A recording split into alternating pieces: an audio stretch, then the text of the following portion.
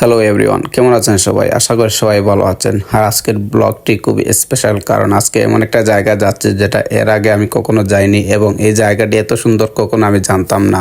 জায়গাটি হচ্ছে হবিগঞ্জের বাইন্যাসন থানা। আর এই থানাটি একটি গ্রামের উপর। আপনি চিন্তা করতে পারেন যে একটি গ্রামের উপর একটি থানা, গ্রামটি কত বড় আসলে আমার মাথায় ধরে না। এটা হচ্ছে গিয়া এশিয়ার মধ্যে সেরা একটি গ্রাম। সো আমি আপনাদেরকে আজ বাইন্যাসন এলাকাটা ঘুরে ঘুরে দেখাবো এবং আপনাদের সাথে আমি আদি চৌধুরী রয়েছে।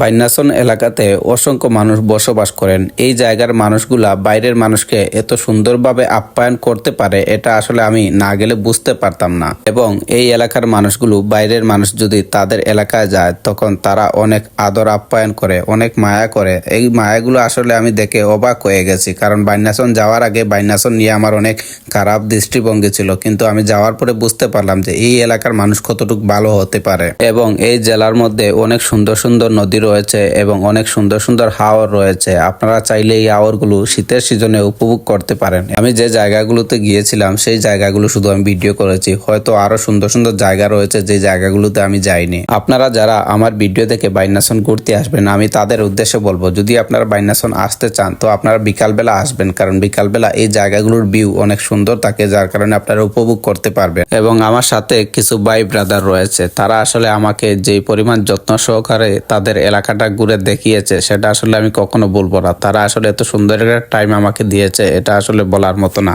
স্পেশালি এই জায়গাটা আমার কাছে অনেক ভালো লেগেছে। আপনারা বাইন্যাসন যদি ঘুরতে আসেন অবশ্যই এই জায়গাতে আসবেন, কারণ এই জায়গার ভিউটা আমার কাছে অসাধারণ লেগেছিল। এবং এই জায়গাটি হচ্ছে বাইন্যাসনের বাজার, বাজারটা অনেক সুন্দর। সো ভিডিওটা বেশি লম্বা করব না। যারা নিয়মিত আমার ভিডিও দেখেন অবশ্যই লাইক কমেন্ট শেয়ার করবেন এবং সাবস্ক্রাইব করবেন যারা ইউটিউবে দেখতেছেন।